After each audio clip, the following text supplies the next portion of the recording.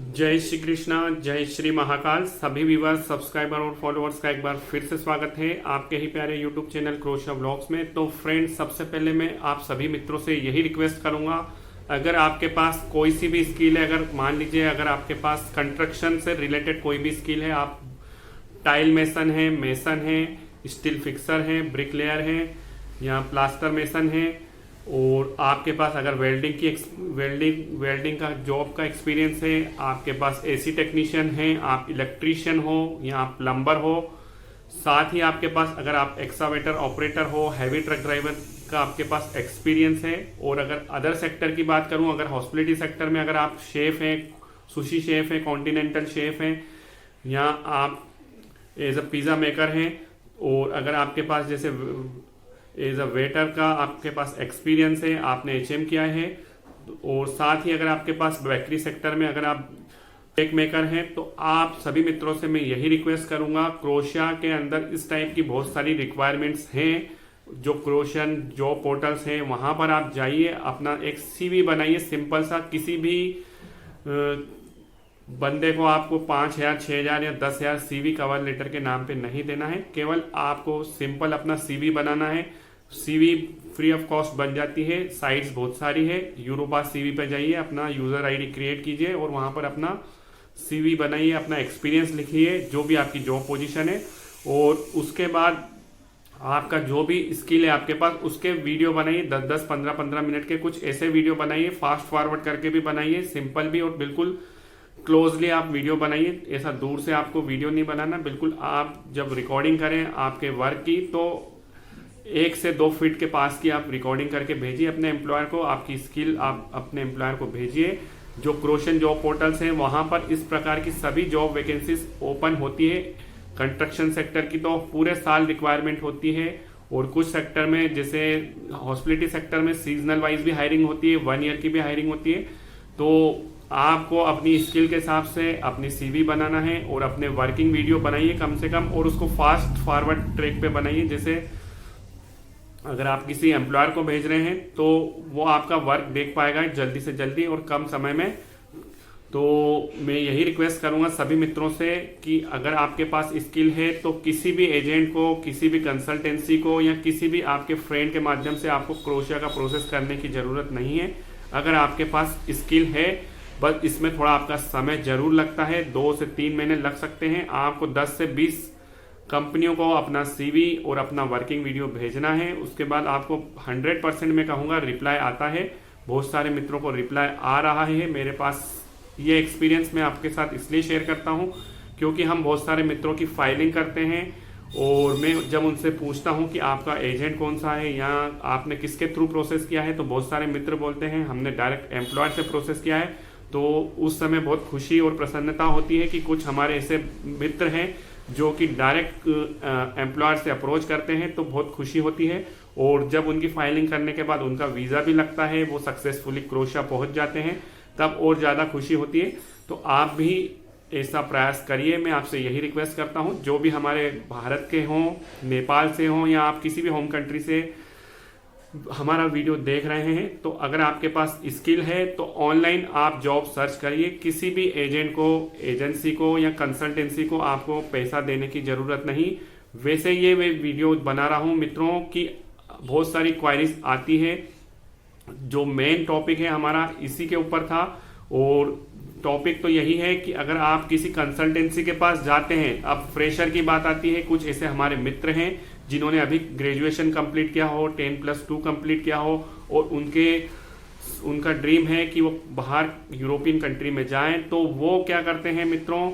और अगर मैं स्किल पर्सन की भी बात कहूं तो कुछ हमारे मित्र ऐसे हैं कि हिम्मत हार जाते हैं। फिर उनको क्या होता है, वाया सेकंड पार्टी या थर्ड पार्टी ही कहूं, थर्ड पार्टी से सर्विसेज लेना पड़ती है। वो हो सकते हैं आपके एजेंट हो, आपका मित्र हो सकता है, या कोई कंसल्टेंसी हो सकती है जिसके थ्रू आप अपनी फाइल का प्रोसेस करवाते हैं किसी भी कंट्री का।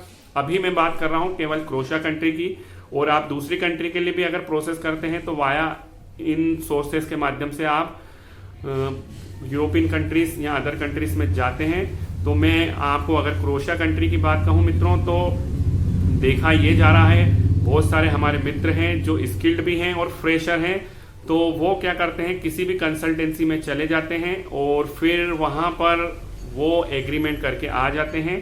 तो मित्रों, मैं आपको आज एग्रीमेंट के बारे में ही बताना चाहूँगा कि कुछ कंसल्टेंसियाँ ऐसी होती हैं, वो बड़े बड़े ऑफिस लेकर रखती है। जैसे अपनी सिटी के अंदर वो बड़े बड़े ऑफिस बिल्कुल पॉश एरिया में लेके चलती है और वहाँ पर उनको बहुत सारा एक्सपेंसेस देना पड़ता है और उसके बाद उनका स्टाफ होता है, एम्प्लॉयज़ होते हैं, 10 से कहीं कहीं 20-20 एम्प्लॉयज़ रख के बैठते हैं वो कंसल्टेंसी वाले, और ऑफिस का रेंट होता है, बाकी दूसरे खर्चे भी होते हैं, आपको पता है।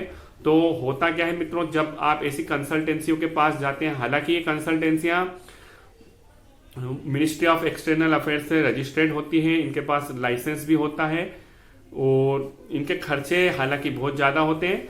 तो ये क्या करती है कंसल्टेंसियां, आप जब इनके पास जाते हैं तो आपसे आपकी फाइल को प्रोसेस करने के लिए देखा जाता है। हमारे पास बहुत सारे मित्र हमें शेयर करते हैं कॉन्ट्रैक्ट कि हमने इस कंसल्टेंसी से प्रोसेस करवाया, फलाना कंसल्टेंसी से प्रोसेस करवाया, भले वो हमारी होम कंट्री भारत में हो या गल्फ कंट्री से भी हमारे पास बहुत सारे मित्र हमसे शेयर करते हैं कि हमने इस कंसल्टेंसी से काम करवाया था, ये हमने पेमेंट दिया था, इतना दिरहम हमारा चला गया, या हमारा इंडिया की बात करूं तो 2 लाख 3 लाख रुपया हमारा चला गया, अभी तक कुछ काम नहीं हुआ है।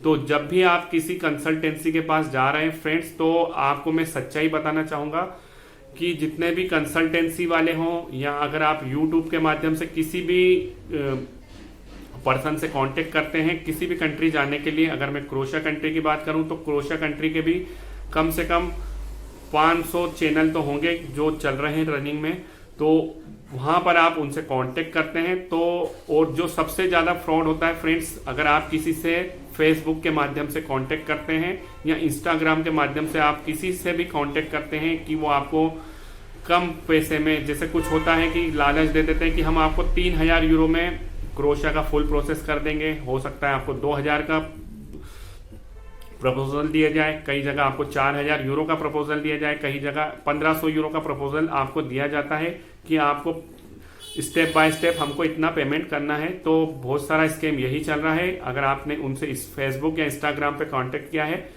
तो सबसे ज़्यादा तो इंस्टाग्राम पे भी फेक काम हो रहा है, स्कैम हो रहा है। तो आपसे जब आपको कॉन्ट्रैक्ट लेटर दिया जाता है तो 500 यूरो की डिमांड की जाती है, वर्क परमिट पे आपसे 1500 यूरो लिया जाता है, और जब आपको जो परमिट मिलता है, बहुत सारे हमारे मित्रों को तो पता नहीं परमिट कैसा होता है और उनको फेक वर्क परमिट दिया जा रहा है बल्क में। तो बहुत सारे केस पिछले 1 साल से हम देख रहे हैं। तो आप फेसबुक या इंस्टाग्राम से किसी से भी कांटेक्ट मत करिए, बचिए, क्योंकि इस पे 95% या 99% ही कहूँ तो स्कैम चल रहा है। और अगर कंसल्टेंसी की भी बात करूं तो कंसल्टेंसियों की बात पे आना चाहूंगा। तो कंसल्टेंसियां देखिए, आप एग्रीमेंट करके आते हैं, भले वो गवर्नमेंट से अप्रूव्ड हो, मिनिस्ट्री ऑफ एक्सटर्नल अफेयर्स से, जैसे अगर भारत की बात करूं मोफा से उनके पास लाइसेंस हो, तो भी कंसल्टेंसियां क्या कर रही है आपसे, जब आप डील करके आते हैं फ्रेंड्स, तो क्या होता है आपके पास सबसे ज्यादा तो एक्साइटमेंट होता है, और आपको उन कंसल्टेंसियों में जाते हैं या किसी भी ग्रुप में आप जाते हैं तो वहां पर आप देखते हैं रोज 10 से लेके 20, कभी कभी 50 पासपोर्ट स्टैंपिंग वाले आपको दिखाए जाते हैं कि कल हमारे 40 वीजा लगे, कल हमारे 50 वीजा लगे, और 15 दिन पहले हमारे 10 वीजा लगे हैं, ऐसा आपको दिखाया जाता है। तो ये टोटल स्कैम होता है जो कि फेसबुक पे चल रहा है, और आपके इंस्टाग्राम पे आप देख रहे होंगे बहुत सारे ग्रुप बने हुए हैं, जिसमें अगर मैं कहूं तो इसमें बांग्लादेश के भी बहुत सारे स्कैमर हैं, नेपाल के भी बहुत स्कैमर हैं, भारत के भी बहुत स्कैमर हैं, और साथ ही साथ गल्फ के भी बहुत सारे स्कैमर हैं जो ऐसा अपने इंस्टाग्राम आईडी पर, अपने फेसबुक पेज पे लगाते हैं कि आज हमारे कंसल्टेंसी को या मेन पावर को इतने पासपोर्ट रिसीव्ड हुए, वीज़ा लग के रिसीव्ड हुए। तो ये किसी भी ग्रुप से उठाकर अपने पेज पर अपलोड कर देते हैं कि फलाना व्यक्ति हमारे थ्रू गया, फलाना व्यक्ति हमारे थ्रू गया। तो ये केवल एक उनका स्कैम होता है। तो आप ऐसे स्कैम से बचिए, और सच्चाई यही है, अगर आप किसी कंसल्टेंसी के पास भी जा रहे हैं तो समझ के चलिएगा कि कोई भी कंसल्टेंसी हो, कोई भी यूट्यूबर हो, तो अपना सक्सेस ही बताता है, आपको अपना फेलियर नहीं बताता। जैसे अगर मैं आपको कहूँ क्रोएशिया कंट्री में रिजेक्शन भी आ रहे हैं, हम पिछले 10 महीने से आपको अलर्ट कर रहे हैं, क्रोएशिया में रिजेक्शन चालू हो चुके हैं पिछले 10 महीने से। तो आप किसी कंसल्टेंसी में जाते हैं तो केवल वहाँ पर आपको एक वॉल पर पूरे जो स्टिकर वीज़ा लगे हुए होंगे कैंडिडेट्स के, वो आपको दिखाए जाते हैं कि हमने इन लोगों को भेजा है। वो अपने फेलियर आपको कभी भी नहीं बताएंगे, वो आपको यही बताएंगे हमारे हर महीने वीज़ा आ रहे हैं, जबकि ऐसा कुछ नहीं है, अनसक्सेस भी होते हैं। अगर वो 100 फाइल का प्रोसेस कर रहा है कोई एजेंट या कंसल्टेंसी, तो मान के चलिए 50 से 60 वीज़ा आ सकते हैं, मान सकता हूँ 40 तो मान के चलिए आपको रिजेक्शन ही देखने को मिलेगा। तो होता क्या है मित्रों, आपका कोई रिलेटिव गया हो क्रोएशिया, या आपका कोई फ्रेंड, आपका कोई नियरेस्ट अगर उसी कंसल्टेंसी के माध्यम से क्रोएशिया गया हो, तो जरूरी नहीं कि आपका भी उस कंसल्टेंसी से सेम वे में प्रोसेस चले, आपका भी वीज़ा लगे। तो आपका हो सकता है, आपका जब प्रोसेस करेगा वो कंसल्टेंसी वाला, तो आपसे डिमांड होती है कि 50,000 एडवांस दिया जाए, तो आप 50,000 रुपये उस समय दे के आते हैं। जब फिर कॉन्ट्रैक्ट लेटर आता है तब आपसे वो सेकंड इंस्टॉलमेंट लेते हैं, हो सकता है वो 50,000 से 1 लाख हो। और जब आपका परमिट आता है फिर आपसे हो सकता है 2 से 3 लाख रुपए लिए जा रहे हैं। बहुत सारा मैंने यही कंसल्टेंसियों के देखे हैं, 2 से 3 लाख रुपए वर्क परमिट पे भी लिया जा रहा है।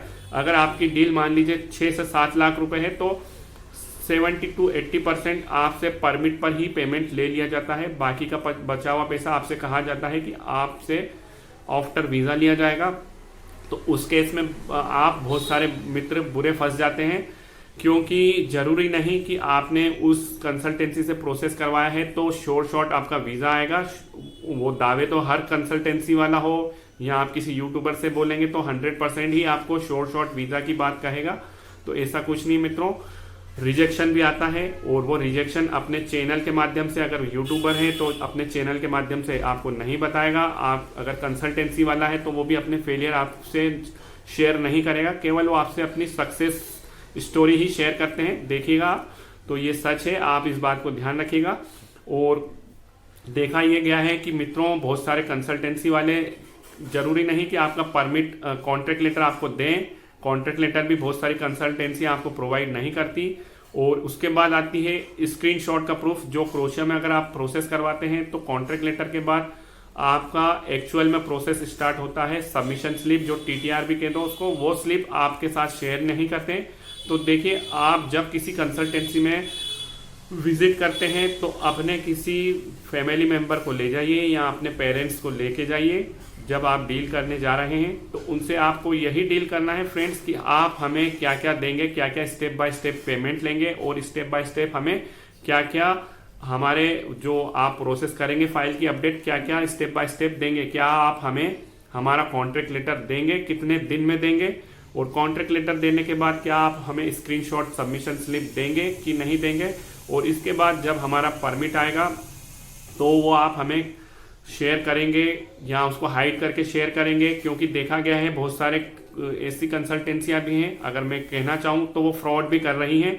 अगर वो 100 केस लगा रही है तो कुछ प्रेशर उनके ऊपर आता है कि कुछ उनके क्लाइंट्स 6-6, 8-8 महीने से वेट करते हैं, तो वो उनको एक फेक वर्क परमिट यानी परमिट को एडिट करके उनको दे देती है, और यानी वो परमिट हो जाता है फेक, और वही परमिट उनका सबमिट करवा देती है। कुछ ऐसी कंसल्टेंसियां सामने आई है, हालांकि मैं उनका नाम नहीं लूंगा, क्योंकि जिनके साथ स्कैम होता है हमारे मित्रों के साथ, वो सामने नहीं आते हैं। अगर वो प्रूफ के साथ सामने आ जाएं और हमारे साथ लाइव में आ जाएं तो मैं आपको वाकई में उन बड़ी बड़ी कंसल्टेंसियों को मैं पर्दाफाश कर सकता हूं। ये बात सच है, अगर आप इस चीज़ को मानते हैं तो ठीक है, क्योंकि देखिए आपके पास एक्सेस नहीं, आप कितने लोगों से बात करते होंगे। हमारे पास तो पूरे, अगर मैं कहूँ, बहुत बड़ी बात नहीं कहूँगा, मेरे पास भारत से, नेपाल से और आपके गल्फ कंट्री से बहुत सारे मित्रों के साथ स्कैम हो चुके हैं। उन्होंने अपनी अनसक्सेस स्टोरी और जो उनके साथ फ्रॉड हुआ है वो शेयर की है। बाकी वो पर्दे के सामने नहीं आना चाहते, वो कहते हैं कि आप हमारे साथ केवल ये स्कैम हुआ है, केवल वो स्टोरी शेयर करते हैं। तो देखिए, आप जब तक प्रूफ देंगे और हमारे साथ चैनल पे नहीं आएंगे, लाइव में नहीं आएंगे, तब तक हम उस कंसल्टेंसी वाले का, देखिए मैं तो कुछ नहीं कर पाऊंगा। बाकी स्कैम हुआ है तो ये आप अपनी ना समझी के साथ, आपके ना समझी के कारण ही हुआ है। देखिए, आप उस चीज को समझिए और सोचिए कि आपका जब परमिट आता है तो आपको बिल्कुल उसको वेरीफाई करवाना चाहिए।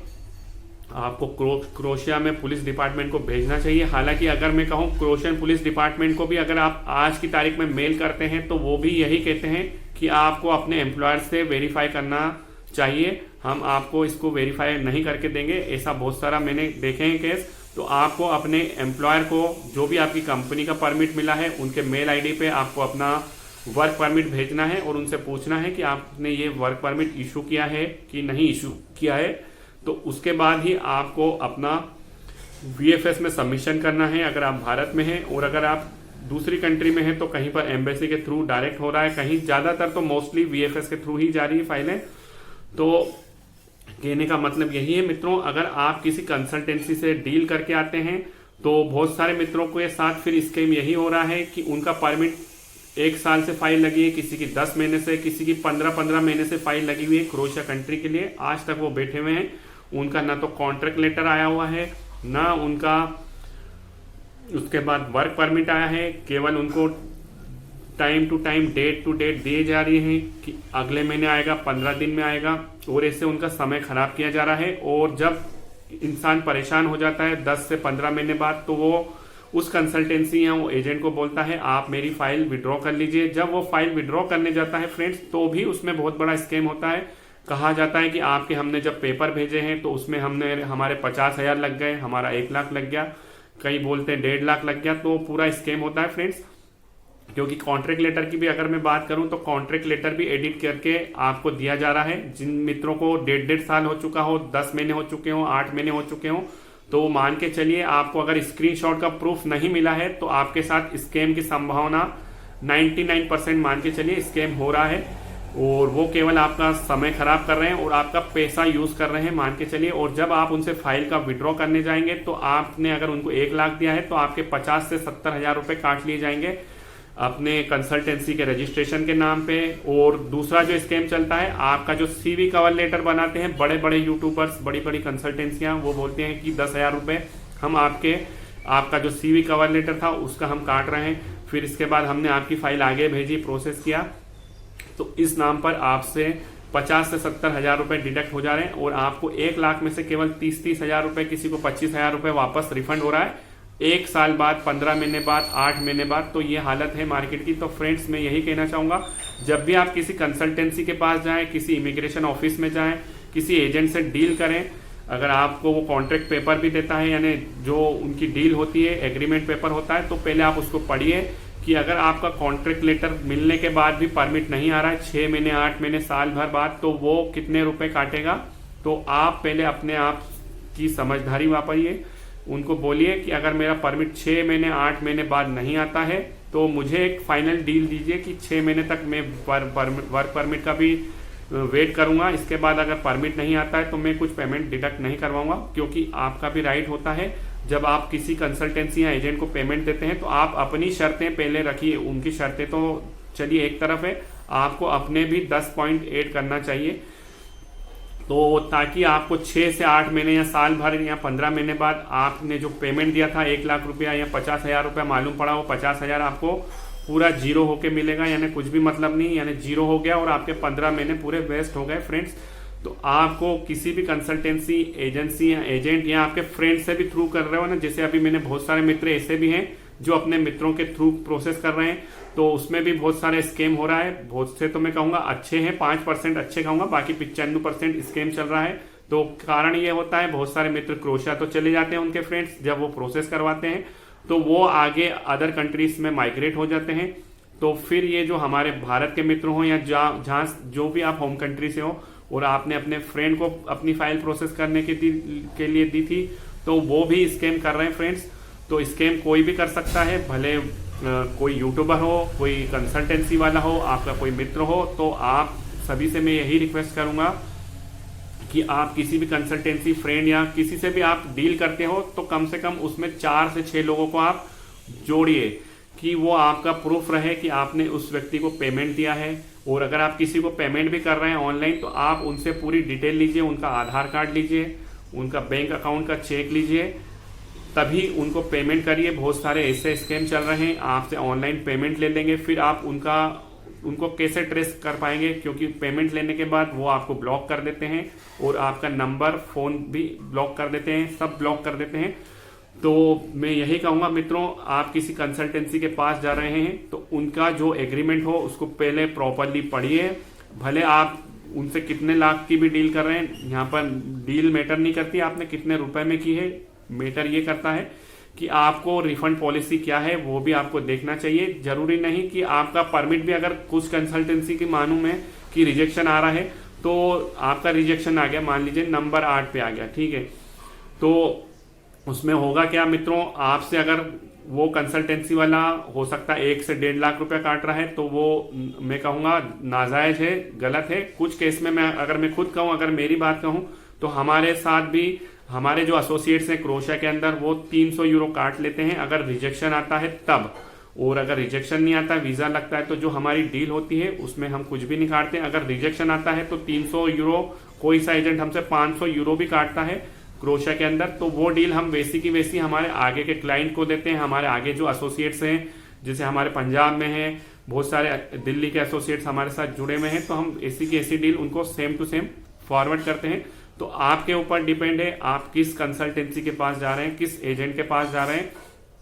तो फ्रेंड्स, और अभी मैं आपको और जो चौंकाने वाली या आपको एक सैड न्यूज देना चाहूंगा मित्रों, कि अभी देखा ये गया है, करंट में अभी जुलाई की बात कर रहा हूं, बहुत सारे हमारे मित्र क्रोशिया में जा चुके हैं जिनका सक्सेसफुली वीजा भी लगा था किसी कंसल्टेंसी के माध्यम से, किसी एजेंट के माध्यम से या किसी फ्रेंड के माध्यम से।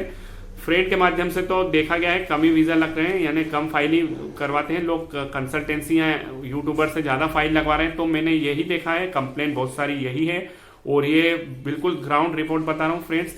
तो जो हमारे मित्र क्रोशिया पहुंच रहे हैं, रीच कर रहे हैं सक्सेसफुली, तो उनके एम्प्लॉयर उनको लेने नहीं आ रहे हैं, और वो अब मैं क्या कहूं, उनको पर डे हॉस्टल का किराया 20 यूरो देना पड़ रहा है।